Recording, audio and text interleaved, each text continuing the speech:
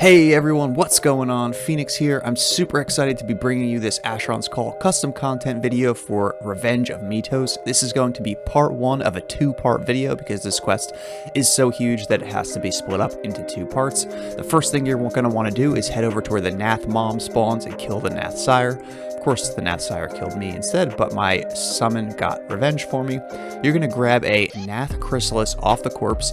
Now, one person in your fellowship has to do this, not everybody, and there's no decay timer, so you can do this well in advance. Once you have that, you're going to head to the Halls of Metos near the graveyard. You're going to hand the Nath Chrysalis to the Incorruptible Guardian at the drop, and then go into the Vile Barrier. You'll see there's a 2-hour timer to complete the quest. And once you go through the Vile Barrier, there's all these dagger traps that will absolutely destroy you if you get hit, stamina traps making it harder, and then you can run through, and at the end there's a button that you can press to stop the traps. One person in your fellowship has to hit that, and then we're going to make a left at the split, and you can see there's all these doors here and a bridge that's not normally there in the regular Halls of Metos. So just head down the hallway.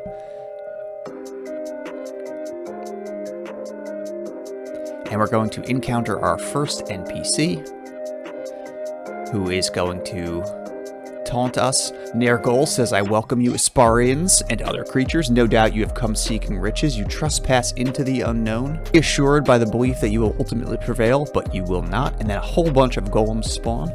These golems hurt. He says, "Here you shall find only death," which, I mean, I have definitely died a lot running this quest. So the way that we do this fight is that we attack the throwing Granite Golems first, because if you get hit by these rocks, they do so much damage. So my role in this is just to throw void dots on basically everything that everyone else is fighting. Of course, a lot of these smaller Granite Golems are fixated on me in the beginning here, so it makes it a little bit more difficult. You see someone just died there. We get a lot of deaths in this part for some reason.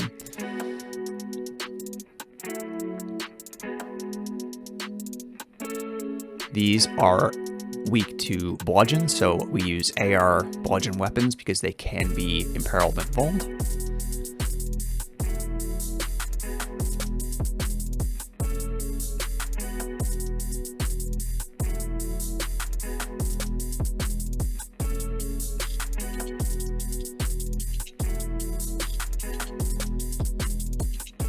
This is kind of the warm-up fight, just getting you ready for what to expect later on, which is more death and destruction. This was actually one of our smoothest runs. I think we only had like 5 or 6 deaths as a fellowship. My only death was to the Nath Sire, which is honestly kind of sad because it's probably the easiest part of the quest.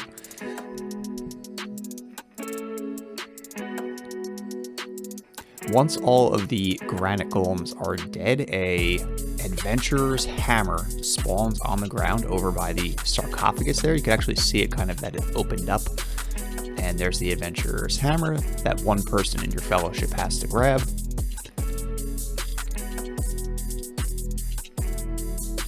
And then you head back the way you came over the bridge, making a left. It's the only way that you can go. Past where the button was, and then you'll find this wall preventing you from going forward, and with one last swing it tumbles in on itself. Basically the Adventurer's Hammer destroys the wall, and then we'll go forward into the room where the Expedition Leader will be waiting for us along with his Expedition Arbalists. Now my role at the beginning of this fight is to cast Bloodloather on all of the Expedition Arbalists, who deal so much damage, and we just use Bloodloather as a way to reduce the chance that someone just dies randomly off of a critical hit. The Expedition Leader is constantly draining stamina. You can see there's all these wall spells that get cast, and the kind of unique thing about the Expedition Leader in this fight is that he cannot or does not move. So you can use the statues that are present around him to block his attacks, block the Arbalist's attacks, and just kind of flit in and out of them and just use them to your advantage, which is nice. So what we do is we go around in a circle, killing the Expedition Arbalists, and you can kind of see it on the radar. But another really crazy thing that's happening in this fight is there are all these soldiers, kind of like weak undead, that are spawning in the hallway. And we use 2 people to just stand in the hallway and block them from coming through. But there's one type of creature that is ethereal, so can't be blocked, which is this Myrmidon that just dies right in front of me. What we do is we have one person dedicated to imperiling those Myrmidons, and we have another person dedicated to attacking them, because if you just let them run free, they will kill you. So the weapons we're using in this fight may seem counterintuitive, but they are weak to slash in here. So our group has made specific weapons for this fight, which is either AR/Undead Slayer weapons for the Arbalists and some other monsters, or a /Rend Undead Slayer for the boss, because the boss actually cannot be imperiled and vulnerable. So the only bonus damage that we can get from the boss is on void dots. So even though he's immune to life magic, he's not immune to corrosion and corruption. So those can be cast on him. Because he is life immune, you cannot use Destructive Curse on this boss.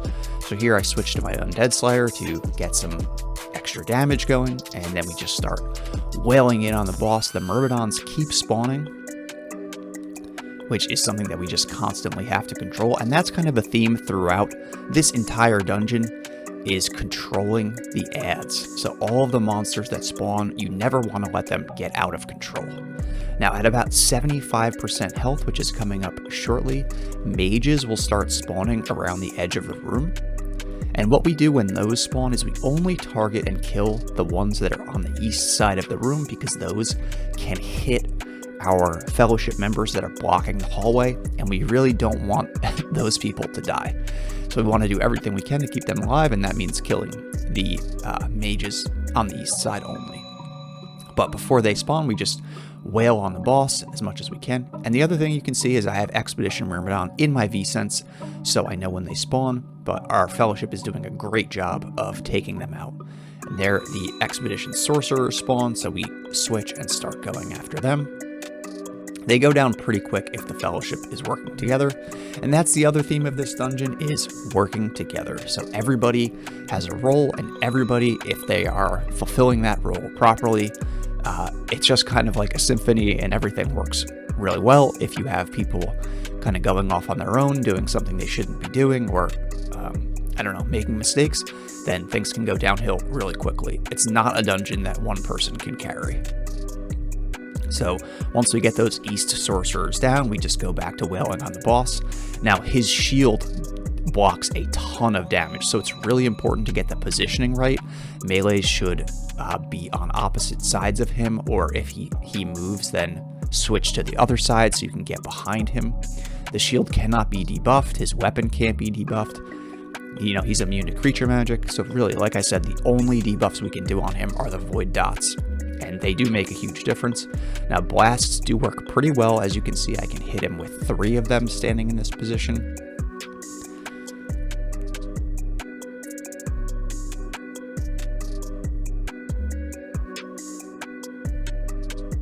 Yeah, just 3, which is still pretty good, you know, 3,000 per blast without any crits.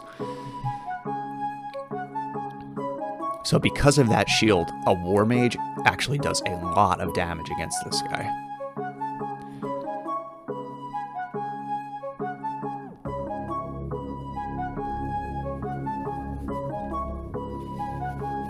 There's the stamina, the mana drain. Just constantly having to deal with your vitals.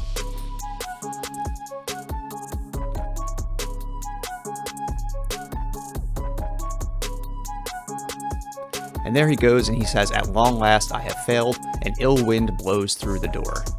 So the door to the south is now open, but I'm going to go back to the start. And for this next fight, I'm going to pop a Pearl of Spirit Drinking on my Corrupted Heart of Darkest Flame, which is a custom version of the Heart of Darkest Flame rare item from another quest on this server, which you may have watched, the Black Spawn Den. We do our little slow walk into the dungeon, which is kind of a little bit of a tradition that we have started for whatever random reason. And then the Dust Devil spawns. Now what I'm doing to start this fight is I'm using streaks to try to get a Surge of Destruction, and then I use a Luminous Crystal of Surging Strength to get my damage rating as high as I possibly can. Then I cast the 2 dots so that my damage rating, you'll see I ID myself here, is 97.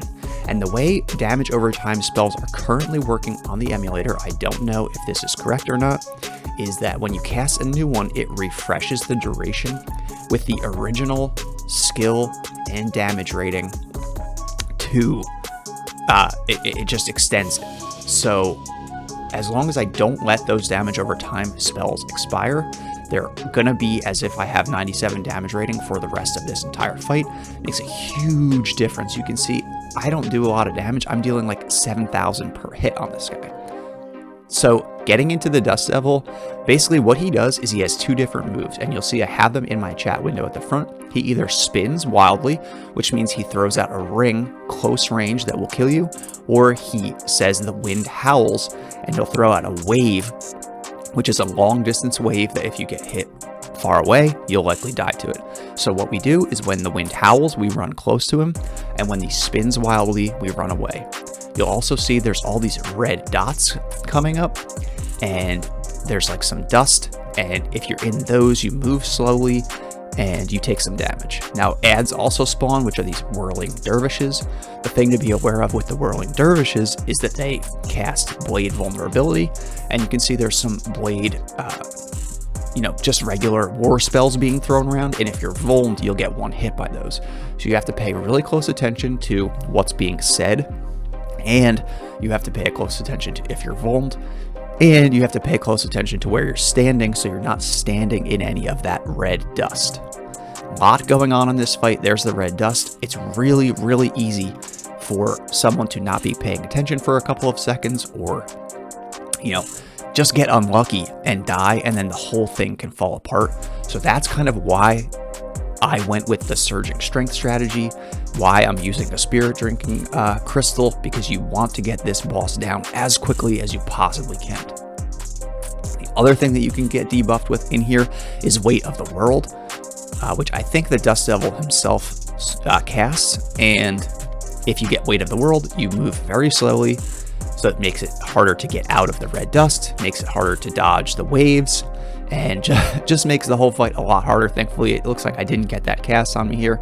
And the other thing is we took this guy down in record time, again, because of how good that Surging Strength on the damage over time spells was. Now in this fight, we use cold rend weapons because the boss cannot be imperiled or vulned. When the Dust Devil goes down, Metos will spawn, and on the ground also will spawn some Devil's Sand. You can hand in the finger bone that we got from the expedition leader and the Devil's Sand to Metos here. You'll get a white pyrial bar for each, which is currency used at a custom vendor. And there's also a chance for rare drops from these things. So there's a backpack that has 30 slots, which you have a very small chance of getting. There's an orb that looks kind of like it has whirling sand in it, which has Undead Slayer, and it's got like slash rend or resistance cleave slash, I'm not sure which. So there's some really cool rare things you can get. Now we'll head into the next fight, which is Rockbiter, this giant golem, and you can see this delicious boulder right at the start. So what's going to happen in this fight is Rockbiter, if he gets hurt, will eat the boulders. So you have to destroy the delicious boulders before killing Rockbiter. The way we handle this fight is there's a small delay between when the fight starts and when the extra Granite Golems spawn. So we destroy the first delicious boulder by the door as an entire fellowship. Then once the Granite Golems spawn, we switch to attacking the throwers. Same thing we did in that first fight. Then the smaller Granite Golems, and then the rest of the rocks, and then Rockbiter. Now what you'll notice is every once in a while we'll get a message that says a chunk of the ceiling comes crashing down into the room. You'll see a rock fall, But the dangerous thing about those is not the rock falling, but a bludgeon ring spawns from the location. So you have a couple of seconds after the rock falls to get away from it, but if you're standing close to it, again, you will die. That's kind of the other theme of this dungeon, is you will die. Now you can perch on top of the rocks, but at a certain point in the fight, giant bludgeon waves will spawn at the top of the room, and if you're still standing on the rock when that happens, once again, you will die.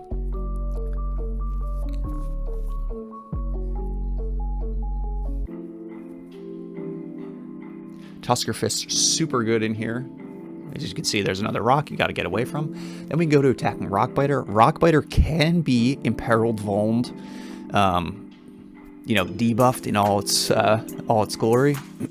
And there you see the giant waves at the top of the room. So it's really, really hard to dodge those from the top. They come from both sides.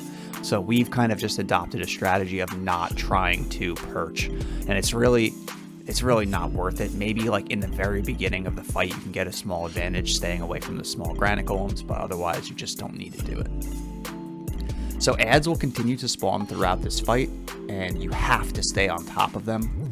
If you don't stay on top of them, you can really get in trouble and get overwhelmed. So in between ads spawning and, dodging rocks, that's when we go after Rockbiter.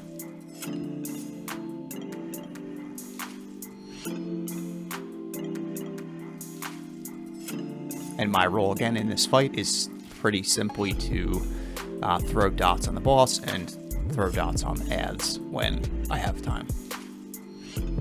Blasts do work really good against Rockbiter, but because he fights in melee, it's very hard to consistently hit him with all of them. If he is standing still, I do try to use blasts to attack him.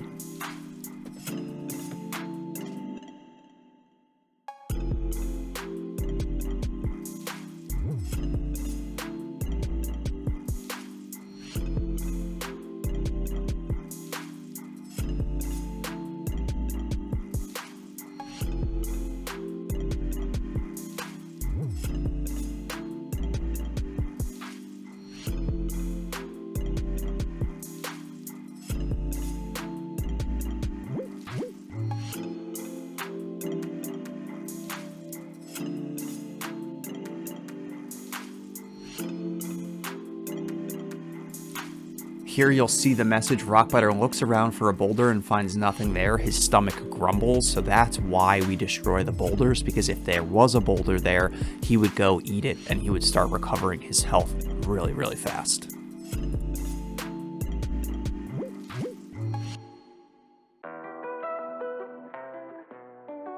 Once Rockbiter's health gets lower, 2 rocks start dropping from the ceiling at a time. It makes it a lot harder to dodge them, but you have to keep up with it. Again, getting hit by one of them will kill you.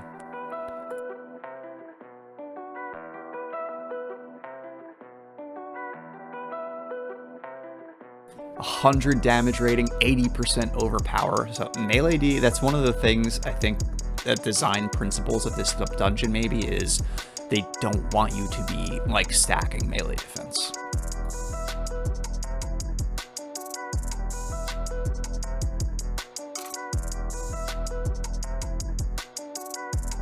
Now, one thing I didn't mention earlier is you can't use rares in this dungeon. If you noticed when I came through the Vile Barrier after doing the daggers, there is a trap that will dispel all the rares on you.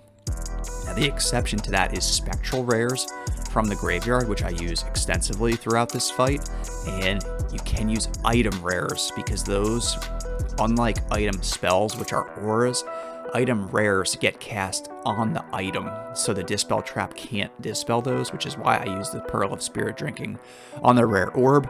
And you could also use something like a Pearl of Impenetrability to get, really high defense. I don't think you really need that, but again, it is something that you could do.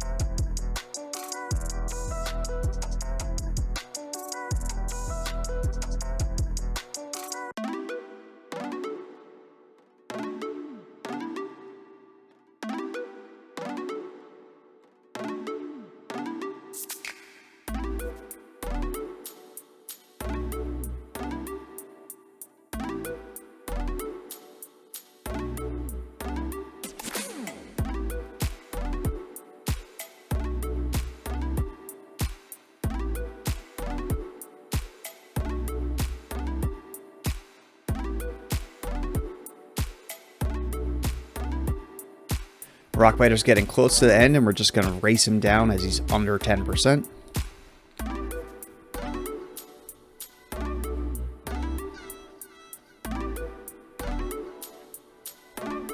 $45,000. A lot of the bosses in here have just an insane amount of health. So when Rockbiter dies, a bunch of Rockbiter's crumbs will spawn on the ground. And Metos will appear again. So I guess the lore is that Rockbiter was his creation that's been corrupted. So you can turn in your Rockbiter's crumbs here and get a white pyrial bar. And if you're lucky, you can get a Rockbiter's tooth rare weapon, which we've found in both finesse and light weapons. And we presume there's probably a heavy weapons version as well. Then head down the hallway and make a left, and you'll see you'll see an acid pit, and the hallway on the other side that's normally there in Metos is blocked off. So if you look down, there's a pit beast in the acid and some vile swarms. What we do is we stand in this corner, kill the vile swarms before starting the fight. Then you can jump down or stay up top. We've found that it's safer to go down into the pit.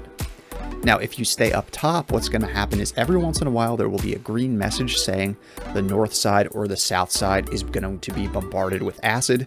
You have a couple of seconds to either jump across or jump down.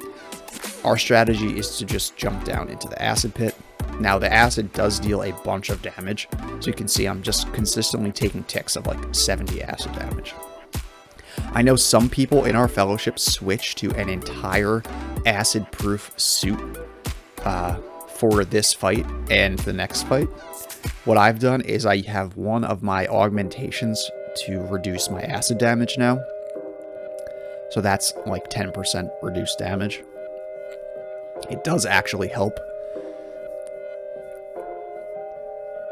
The Pit Beast is weak to piercing, or if you're a mage, you could use the Barun Slaying Wand. And again, Pierce Rend here because he cannot be imperiled or vulned.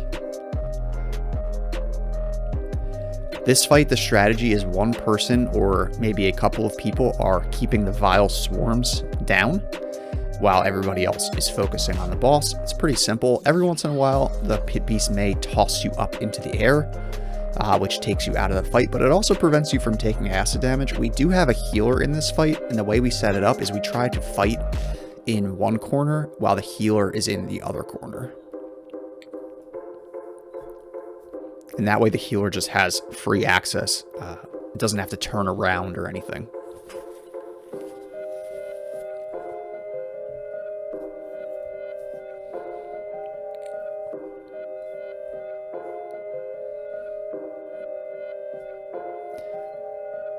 There was the message before. If you saw it, there's the message about tossing someone up in the air.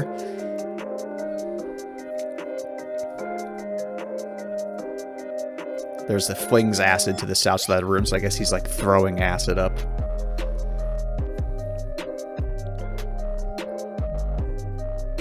When the Pit Beast dies, we're going to loot a Bezoar off of his corpse.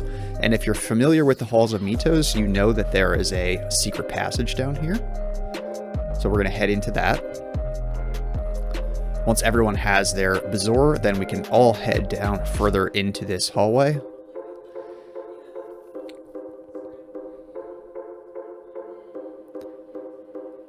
Bunch of skeleton corpses, and we're going to hang out here. One person from the Fellowship is going to go south to the end of the hallway where there's a button that they're going to press. Pressing the button causes Srand the Vengeful to spawn, who will say the stench of the living. And then a bunch of assassins are going to spawn, and acid pours into the dungeon. So you have to defeat 2 assassins. There's a bunch of little skeletons that spawn. The little skeletons can only be attacked by melee. The weapons for this fight are AR or CS Bludgeon with Skeleton Slayer on it. We focus on Brax, Philatic Assassin, first because he's a melee and will come to us. And there's another assassin, Lek, Philatic Assassin, down the hallway here, who will not move, has really high sneak attack, so it's best not to turn around and face away from them. Also a skeleton. What's going to happen in this fight is if you take too long, the acid will rise.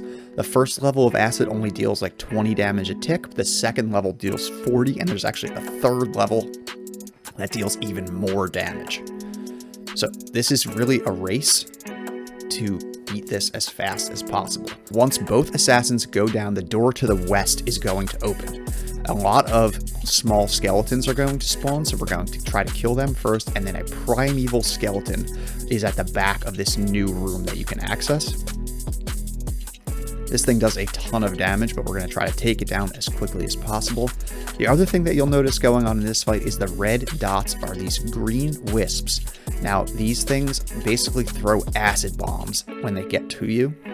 So there's the acid bomb going off behind me. We try to just reposition away from that as much as you can. Once the primeval skeleton dies, the next door to the west opens. More small skeletons will come at us, and Sir Alfric and the skull of Sir Alfric are going to be there. So what we found is that if you kill the skull, nothing happens and the skull just respawns. So you need to focus on Sir Alfric himself. Sir Alfric can be debuffed, does have a shield, so positioning behind him if you're a melee or an archer is pretty important. And once again, it's just a damage race. Kill Sir Alfric as fast as you possibly can, avoiding all of the acid damage, all of the acid bombs. You can see the level of acid has moved up, so we're on level 2 here, I believe.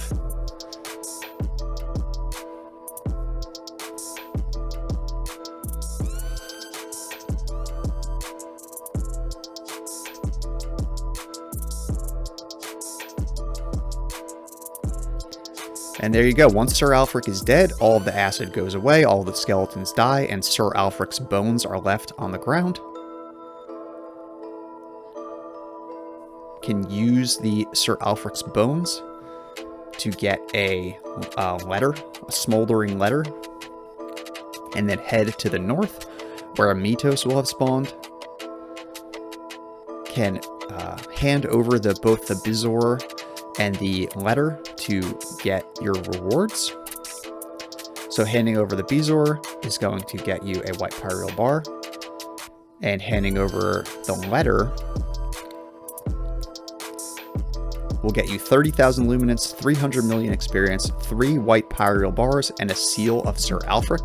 Now you're also going to want to talk to Metos, who will give you 20 liberated souls, up to a maximum of 30. Now the icon for the liberated souls was bugged during this run, so it kind of looks like the white pyreal bars, but the liberated souls basically are your key to entering part 2. The seal of Sir Alfric will give you a random set in the physical protection set, so that's hardened, interlocking, or reinforced. Here I got a hardened set, and it goes up to level 3. So what that means is if you level it up 3 out of 3 levels, you'll basically act as if you have 3 pieces of the hardened set on, which is very cool. So I've previously gotten another hardened set one, which did not have any ratings. You can turn these back in to Metos for a white pyreal bar. There's my interlocking one, so I have an interlocking and hardened one. I need to get a reinforced one still. And that's going to be it for Metos Part 1. We did this in record time. Again, you have 2 hours to complete this quest, but hopefully it doesn't take that long. And stay tuned for Part 2. Really excited to be bringing you both parts of this quest. It's such a fun, challenging quest. So looking forward to bringing you that as well. Thanks for watching.